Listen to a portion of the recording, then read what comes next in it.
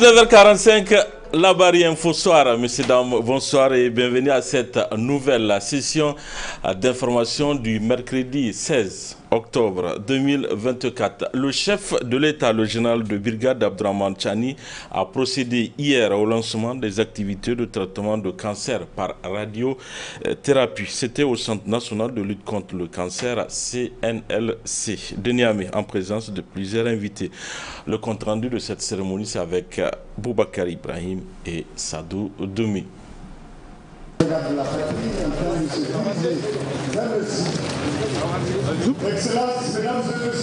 Le traitement de cancer par radiothérapie à l'aide d'un accélérateur linéaire est désormais effectif au Niger.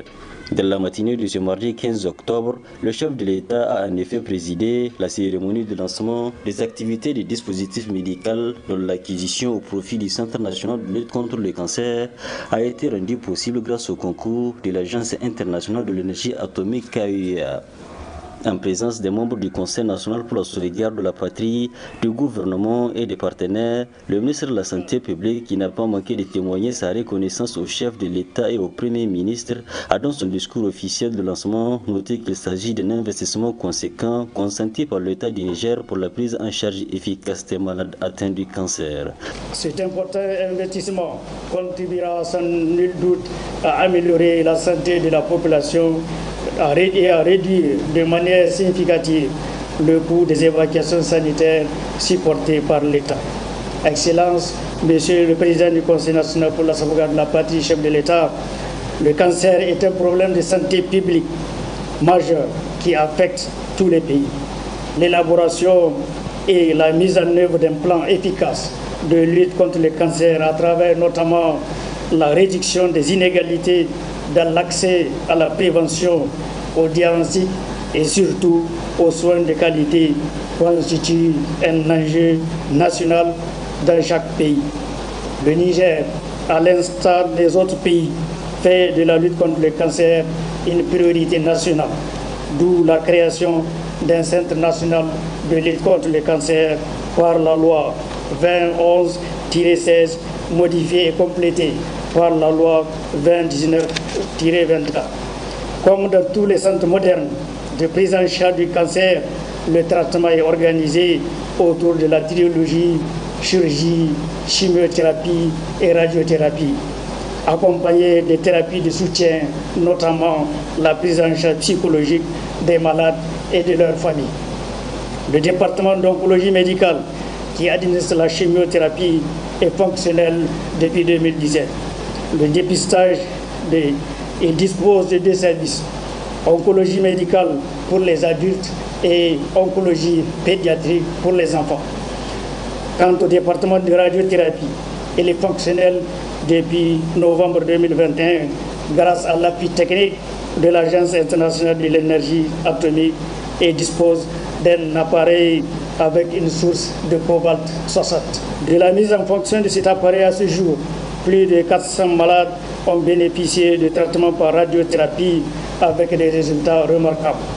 La complexité de la prise en charge des cancers impose des techniques de traitement plus précises avec moins d'effets secondaires. C'est pourquoi le Niger, en partenariat avec l'Agence internationale de l'énergie atomique, a décidé de doter le Centre national de lutte contre le cancer d'un accélérateur linéaire et accompagné d'un scanner de simulation. L'instant d'après est marqué par la visite guidée du dispositif médical, objet de la cérémonie.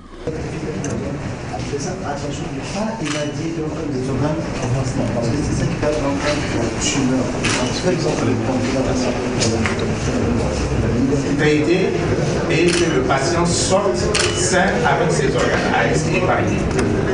Selon la prescription de radiothérapeute. Ensemble, on va les patients. Reste quelque chose à noter, la formation. Avant de prendre congé des lieux, le chef de l'État, dans l'interview qu'il a accordée juste après, a invité les Nigériens à s'approprier le dispositif en question en commençant déjà à penser à se faire du pisti. Nous venons d'assister à l'inauguration de ce centre très important dans la prise en charge du cancer.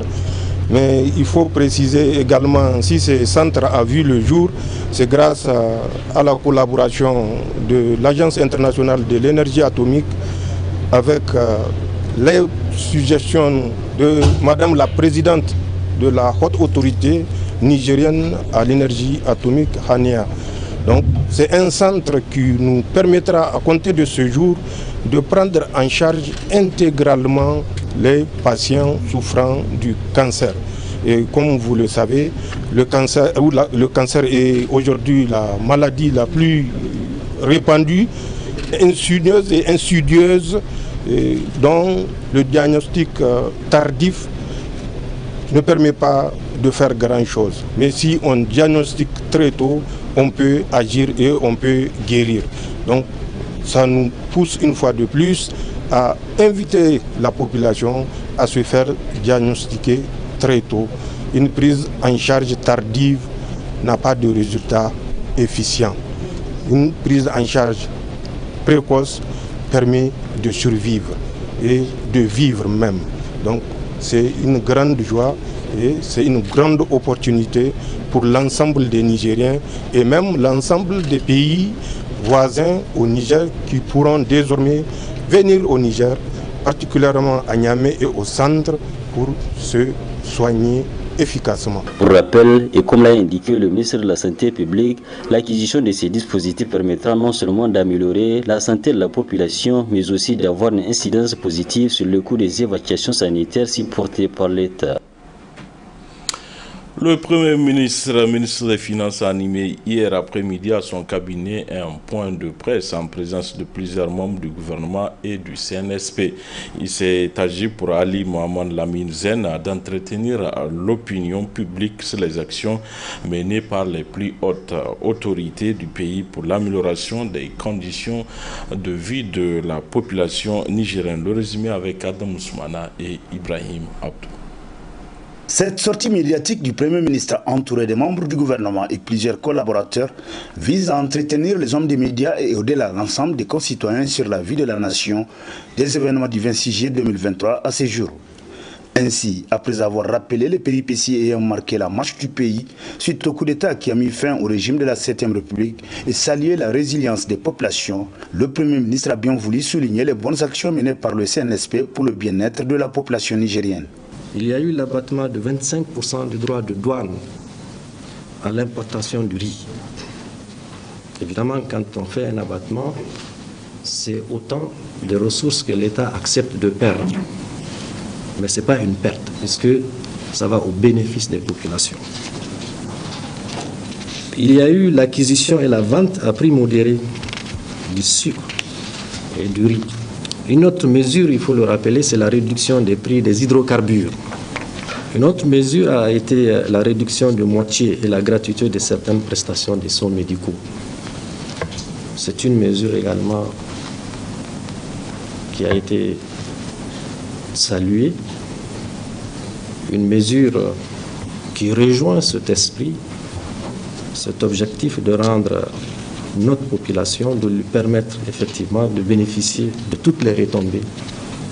L'inauguration aujourd'hui même à Niamey, au Centre national de lutte contre le cancer, sous le haut patronage du chef de l'État, et l'accélérateur linéaire destiné au traitement des cancers par radiothérapie, montre également que c'est un pas supplémentaire pour toujours être à l'écoute et au service de nos vaillantes populations. Je pense que c'est le lieu de rappeler que très peu de pays disposent de cet instrument extrêmement important. C'est aussi l'acte posé qui confirme que nous avons décidé effectivement de nous prendre nous-mêmes en charge, c'est-à-dire le principe de la souveraineté. Au Premier ministre Ali Mohamed Lamine Zen de poursuivre son intervention en évoquant les perspectives d'avenir. Le lancement très bientôt de l'opération d'achat des céréales directement auprès des producteurs ruraux, dans le cadre de la reconstitution du stock national de sécurité alimentaire, et en temps opportun, cela pourrait être utilisé et avoir un impact effectivement à la fois sur l'économie mais également sur les populations elles-mêmes. Le président du CNSP, le chef de l'État, a signé lundi 14 octobre 2024 une ordonnance déterminant le régime fiscal dérogatoire applicable aux activités de production, d'importation et de commercialisation du ciment gris. Cette ordonnance, avec effet immédiat, engendre une réduction d'environ 33% du prix de la tonne du ciment gris. Cette baisse importante de prix répond parfaitement à nos besoins de construction et ou de reconstruction de nos infrastructures publiques comme privées. C'est pour dire, avec le rappel de toutes ces mesures, que l'engagement ayant été pris par le CNSP, son président et l'ensemble des membres du gouvernement, par la grâce d'Allah est en train d'être exécuté. Des actions que l'ensemble des Nigériens saluent d'ailleurs, comme l'on peut le constater sur différentes plateformes de réseaux sociaux et autres canaux. Aussi, par cet exercice, le Premier ministre coupe l'herbe sous les pieds des détracteurs qui accusent à tort ou à raison les autorités de communiquer moins ou pas du tout sur les actions menées par la transition. Et justement, les autorités du Niger ont procédé à une réduction de 33% sur le prix de la tonne du ciment. Une aubaine pour les citoyens qui d'ailleurs n'ont pas manqué de tirer leur chapeau aux autorités nigériennes dans ce reportage de Ismaël Moumouni et Sadou Doumi. Première matière dans la construction en dur, le ciment a vu son coût baisser de manière drastique à la suite de la décision des autorités du Niger. Ainsi, le prix de la tonne varie entre 51 000 et 59 000 francs CFA en fonction des régions. Une aubaine pour la population qui, d'ailleurs, les citoyens n'ont pas caché leur joie. C'est une très bonne chose. Et moi, j'étais très fier de cette réduction. Parce que ça permettra vraiment, avec ces inondations-là, ça permettra en tout cas aux gens, à la population, de dépasser en tout cas les maisons en banco. C'est une très bonne chose. C'est une bonne nouvelle qu'on avait appris hier et qu'on espère qu'avec le CNSP, chaque Nigérien va avoir sa propre maison. Parce que une maison, c'est d'abord le ciment. Et avec la réduction de ce prix-là, et on souhaite à ce que chaque Nigérien puisse avoir sa propre maison. Ces citoyens ont également plaidé pour la réduction des autres qui concourent dans la construction. Nous sollicitons au CNSP de voir du côté du fer. Parce qu'on ne peut pas faire de construction uniquement avec le ciment. C'est des choses qui vont ensemble. Déjà, un grand pas a été franchi. Maintenant, comme il y a eu des usines, on est en train de créer des usines de fer de béton et c'est de voir de ce côté-là aussi une réduction pour que, en tout cas, les pauvres puissent en tout cas avoir des maisons en ciment. Si on arrive à réduire les ciments, et on doit attendre aussi pour le fer et le sable. Bon, pour le fer, ça se comprend parce que c'est à importer, mais le sable aussi, c'est de chez nous. Donc, du temps qu'on a pu réduire le prix du ciment, et on doit attendre aussi pour le sable, parce qu'aujourd'hui, le camion du sable, ça fait 60 000. Et c'est une richesse qu'on prend ça dans notre pays. Avec cette décision des autorités, les villes seront davantage modernisées et les maisons en banco vont avoir des mauvais jours au Niger. Les autorités ont également procédé au lancement officiel des baptêmes des boulevards, avenues, rues et places publiques de la ville de Niamey. Cet hommage rendu aux figures historiques du Niger et de l'Afrique n'a pas laissé indifférents les citoyens qui ont réagi à ces termes. Je vois cet acte comme un acte qui nous permet de quitter l'impérialisme vraiment et pouvoir, bon, si je peux le dire, c'est aussi se décoloniser d'une certaine façon. Voilà. Et comme on l'a appris, le rond-point Justice a été bâti, le rond-point Bakari, et puis le rond-point Momenté a été bâti, Thomas Sankara. C'est aussi une immortalisation de nos héros africains. Donc vraiment, et nous les remercions pour cela. Ils essayent de nous faire quitter le mode de l'impérialisme. Donc vraiment, c'est un bon acte qu'ils ont adopté là-bas. Et nous espérons qu'après, tous les autres bâtiments qui prennent par exemple le nom des Blancs, ils vont essayer de changer le nom et puis de mettre de nouveaux noms à l'histoire, de vraiment immortaliser nos héros africains. Une décision vraiment très très salutaire Je crois que les Africains, en général, et les Nigériens en particulier, au devant duquel son Excellence, le général Abdraman Tchani, nous sommes en train de prendre conscience que les Blancs, ils nous ont rien fait de bon, ils nous ont exploités pendant longtemps. On est là, on n'avance pas. Maintenant, Dieu merci, on a compris. Et Dieu nous a sauvés aussi, nous a gracié un chef d'État visionnaire, vraiment révolutionnaire, qui a pitié au peuple aussi. Donc ça vraiment c'est une décision salutaire. Nous remercions le bon Dieu, nous remercions aussi le chef de l'État, son Excellence général Abdraman Tchani. C'est une action à féliciter et à louer franchement parce que ça montre au moins maintenant qu'on est en train d'être indépendant et nationalement maintenant. Puisque voilà, c'est pas intéressant qu'on vienne ici et on n'a pas de boulevard au nom de nos autorités, de nos légendes en Afrique ici. Thomas Sankara, il a beaucoup fait pour l'Afrique et je crois que c'est bon.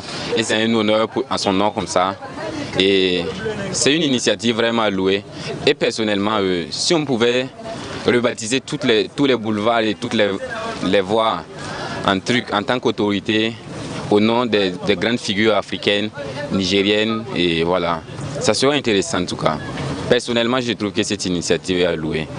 Et merci beaucoup au président pour cela. Et on espère que dans les jours qui suivront, on aura d'autres, comment dirais-je, d'autres nationalisations de routes. Voilà, je vous donne lecture de ce rectificatif. Le SPIN apporte une modification suite au point de presse du mardi 15 octobre 2024. La secrétaire générale de la mairie de Hamdallah ne leur a pas fourni les documents, mais a montré la lettre de l'administrateur délégué adressée aux lotisseurs privés comportant la liste des pièces à fournir. Le promoteur Zakari Yakouba leur a donné toutes les pièces qu'il a déposées à la mairie. Signé le secrétaire permanent du SPIN, Issoufou Zabarma. Place à présent au rendez-vous hebdomadaire de la chronique judiciaire dont le numéro d'aujourd'hui traite de l'expropriation pour cause d'utilité publique. Ce sujet est abordé par Alfred Gobagé, juriste président de Raza Presse. Très bonne réception à vous.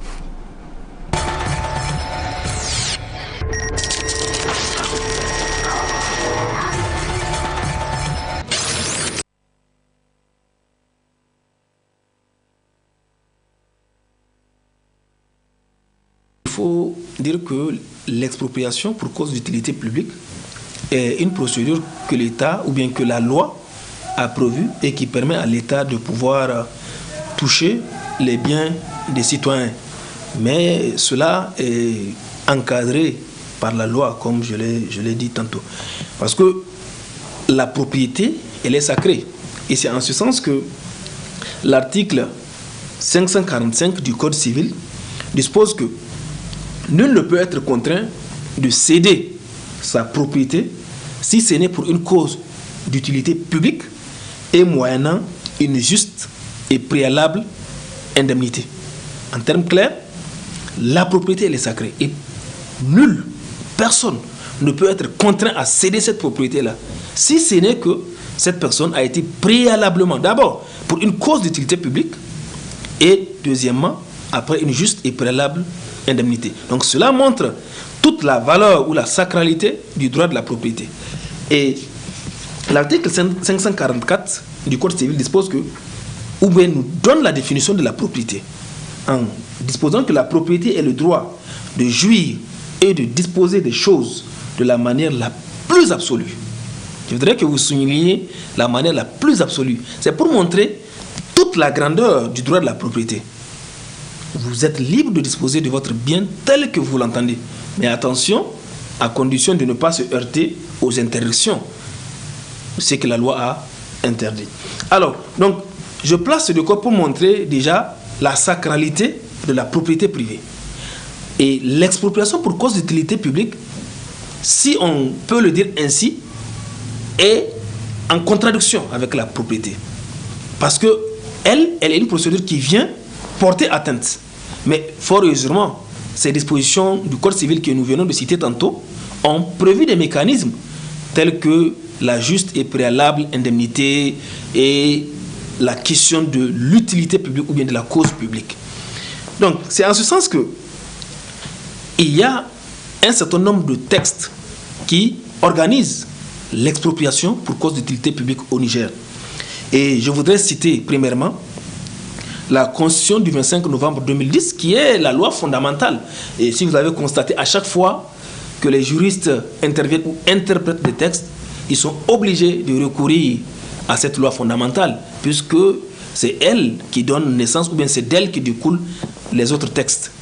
Donc vous avez la Constitution du 25 novembre 2010. Vous avez également la loi numéro 2008-37 du 10 juillet 2008, modifiant et complétant la loi numéro 61-37 du 24 novembre 1961, réglementant l'expropriation pour cause d'utilité publique et l'occupation temporaire. Donc voilà les textes sur lesquels nous allons nous appuyer pour faire ce thème. Alors, au thème de cette loi 2008-37, qu'est-ce qu'on entend par expropriation pour cause d'utilité publique? Et c'est à ce sens que l'article 1er nouveau de cette loi définit l'expropriation comme étant la procédure par laquelle l'État, dans un but d'utilité publique et sous réserve d'une juste et préalable indemnité, contraint toute personne à lui céder la propriété d'un immeuble. Donc, l'expropriation pour cause d'utilité publique, c'est cette procédure par laquelle l'État, dans un but d'utilité publique, contraint toute personne de lui céder la propriété d'un immeuble. L'immeuble appartient logiquement à un citoyen, mais l'État, au vu de l'intérêt général, au vu de l'utilité publique qui est en face, requiert le consentement ou bien demande au propriétaire de lui céder la propriété de l'immeuble. Donc vous voyez un peu le choc qu'il y a entre la sacralité du droit de la propriété et l'expropriation pour cause d'utilité publique. Alors, avant de commencer à exproprier, l'État est obligé de suivre une certaine procédure définie par la loi. Et c'est en ce sens que les textes ont prévu les mécanismes par lesquels l'expropriation doit se produire, c'est-à-dire la procédure d'expropriation pour cause d'utilité publique. Et dans cette procédure, nous avons trois phases. Il y a la phase des conditions légales préalables, la phase administrative et la phase judiciaire. Maintenant, s'agissant des conditions légales préalables, là, nous avons également 3 points qu'il faut souligner.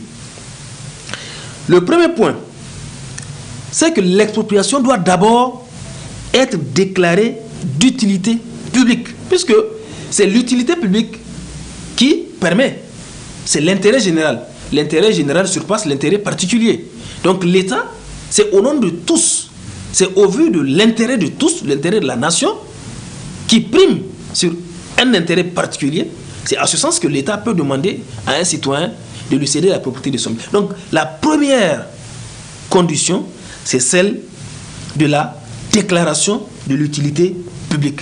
Et cette déclaration d'utilité publique intervient par un décret sur initiative conjointe du ministère ou bien du ministre des Finances et du ministre de la compétence duquel relèvent les travaux à exécuter.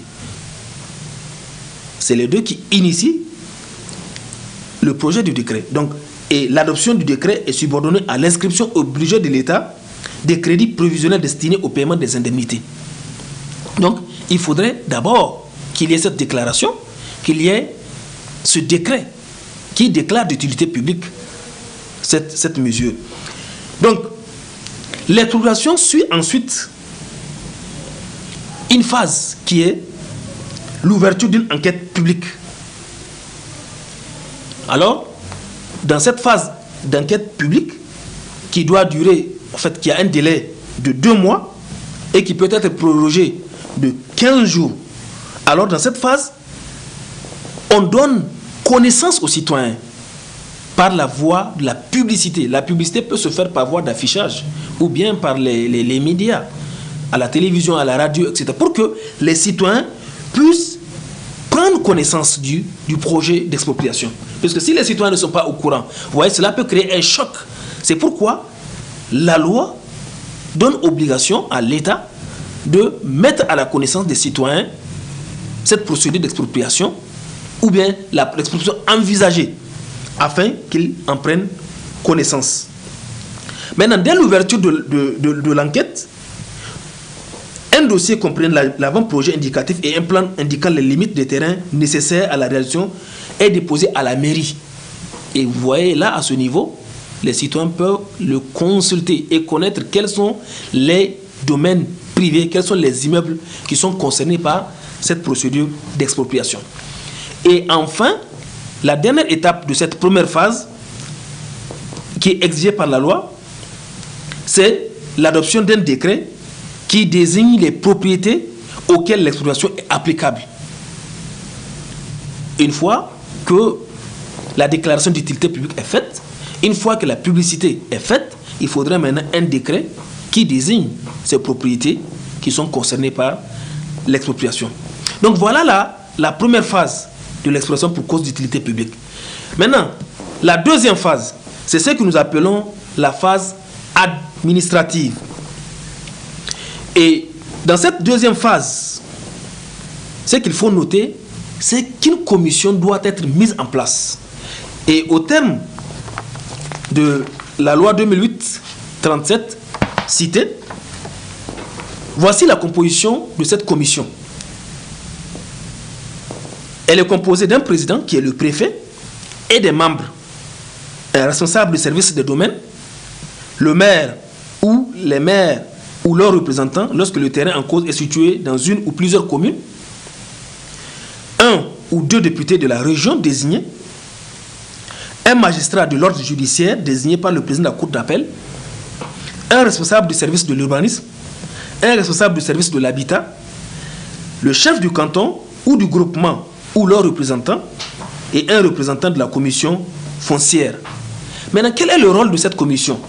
La commission cherche à réaliser l'accord des parties sur le montant des indemnités à calculer d'après les bases spécifiées.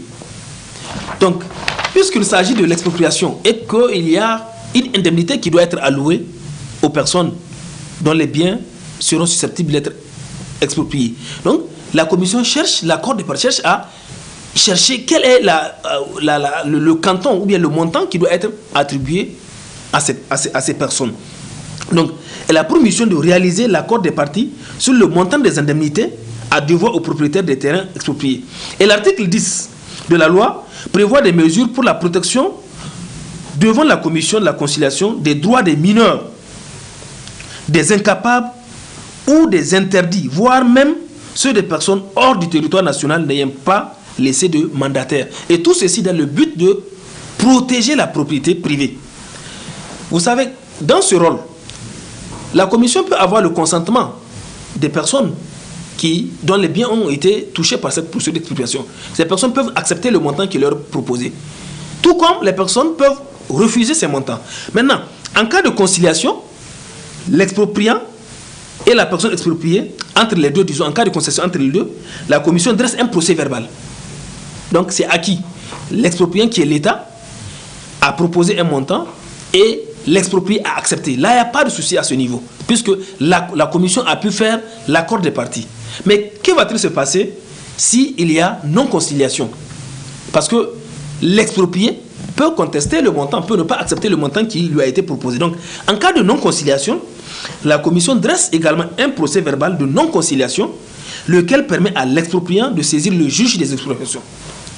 Donc, vous voyez en termes clairs que dès l'instant où cette commission mise en place n'a pas pu avoir le consentement des citoyens sur le montant proposé, eh bien, elle dresse un procès verbal. Maintenant, c'est ce procès verbal que l'expropriant, qui est l'État, utilise pour saisir le juge des expropriations.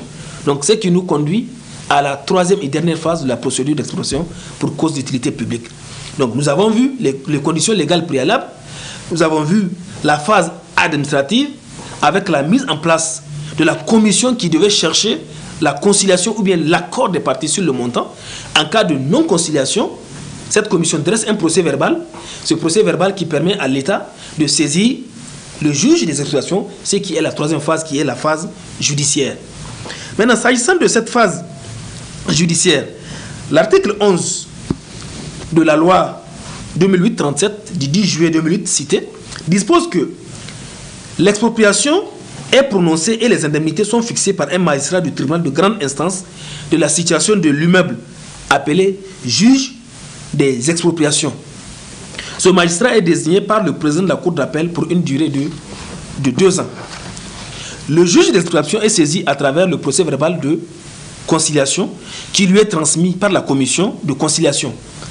Maintenant, en cas de conciliation devant la commission, le juge des expropriations qui est saisi du procès verbal l'entérine tout juste. Il constate juste que l'expropriant et l'exproprié se sont entendus et l'expropriation est acquise. Donc vous voyez là, il n'y a pas véritablement de jugement à faire. Mais que va-t-il se passer si c'est le cas contraire? Donc là maintenant, par contre, lorsque les parties ne se sont pas entendues devant la commission sur le montant de l'indemnité, l'expropriant assigne les titulaires des droits devant le juge des expropriations aux fins de jugement. Ça, c'est s'il n'y a pas de conciliation. On assigne les propriétaires devant le juge des expropriations qui est le juge désigné par le président de la cour d'appel. Et l'assignation fera mention de l'indemnité. Donc dans cette assignation, il y a un certain nombre de points qui doivent figurer dans cette assignation. Donc il y a par exemple la mention de l'indemnité qui a été proposée à l'exproprié. Les indemnisations qu'il réclame. Qu'est-ce que lui il réclame en termes d'indemnisation? Et la désignation, ou bien si vous voulez, ça c'est avant qu'un expert ne soit commis afin d'évaluation. Puisque l'État a proposé, l'expropriant a contesté, et donc le juge va désormais, donc là c'est en cas de non-conciliation, désigner un expert qui va cette fois-ci faire une expertise pour voir quelle est la valeur réelle. Puisqu'il y a contentieux.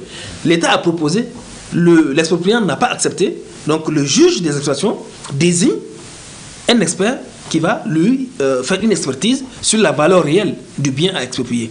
Donc, cet expert dépose le rapport de son expertise qui permettra au juge des expropriations de se prononcer.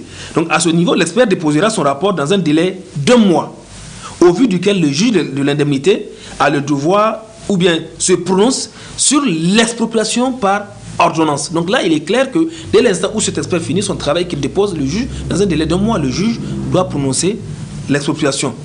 Et dans le délai d'1 mois après l'ordonnance, le juge peut envoyer ou bien peut renvoyer l'expropriant en possession. Cela veut dire tout simplement, une fois que l'expert est désigné et que l'expert ait produit son rapport d'expertise, le juge des expropriations a une base pour se prononcer. Et dès l'instant où ce rapport a été présenté, après un délai, ou bien dans un délai d'1 mois, le juge peut renvoyer désormais l'État en possession définitive de ce bien. Donc vous voyez, la procédure en fait, elle est complexe. Et en ce sens, dès l'instant où il n'y a pas acceptation, le juge est saisi du PV de non-conciliation, il désigne un expert, et cet expert donne toutes les informations sur la valeur du bien, qui permettra au juge désormais de se prononcer par ordonnance. Et une fois qu'il prend son ordonnance, dans un délai d'1 mois, l'État peut être désormais propriétaire de l'immeuble en question. Donc vous voyez déjà qu'il y ait consentement ou pas, une fois que le juge ait désigné l'expert, il donne un montant, il propose, c'est lui puisqu'il a toutes les informations, il donne maintenant lui-même l'indemnité au requérant ou bien à l'exproprié, disons, à l'exproprié. Et donc l'État devient désormais le propriétaire de l'immeuble. Et je voudrais finir sur les recours en matière d'expropriation, puisque le citoyen a la possibilité de saisir les juridictions pour contester. Donc, suivant les dispositions de l'article 12 alinéa 6 de la loi 2008, du 10 juillet 2008, l'ordonnance d'expropriation ne peut être attaquée que par voie de recours devant la Cour de cassation et seulement pour incompétence, excès de pouvoir ou vice de forme. Ça veut dire qu'une fois que le juge des expropriations a prononcé l'ordonnance donnant l'État la propriété de l'immeuble en question, le citoyen peut cette fois-ci, s'il estime qu'il a contestation, saisir la Cour de cassation. Et même en saisissant la Cour de cassation, il ne la saisit pas sur toutes les matières. La loi 2008 citée a circonscrit l'action du requérant dans un domaine. Cette loi dit que le citoyen ne peut saisir la Cour de cassation que pour incompétence, si ce n'est pas le juge qui a compétence pour trancher, pour juger l'affaire. Ou bien que quand il y a excès de pouvoir. Et enfin, où il y a vice de forme, c'est-à-dire la procédure qui devait être suivie n'a pas été respectée. Donc vous voyez que là, ce n'est pas une contestation du montant, ce n'est pas une contestation du bien fondé de la procédure, mais seulement vice de procédure, on n'a pas respecté la procédure, ou bien le juge qui s'est prononcé, ce n'est pas en réalité le juge qui doit se prononcer, ou bien quand il y a incompétence ou excès de pouvoir, on a outrepassé ses pouvoirs. Voilà les seules conditions dans lesquelles on peut contester l'expropriation. Donc, vous voyez que c'est vraiment des procédures complexes que les citoyens, ou bien des choses que les citoyens doivent apprendre, doivent connaître, afin de savoir quels sont leurs droits, quels sont leurs devoirs, qu'est-ce qui est possible, qu'est-ce qui n'est pas possible, de par la loi de la République, puisque tous les citoyens sont égaux devant la loi, nous sommes sous une même loi, et c'est pourquoi nous devons connaître ces lois, afin de savoir quand est-ce que nous pouvons contester, quand est-ce que nous pouvons réclamer nos droits quand ceux-ci sont bafoués, et quand est-ce que nous pouvons accepter des choses si c'est la loi qui nous demande de les faire. Voilà un peu ce que je peux vous dire sur l'expropriation pour cause d'utilité publique au Niger.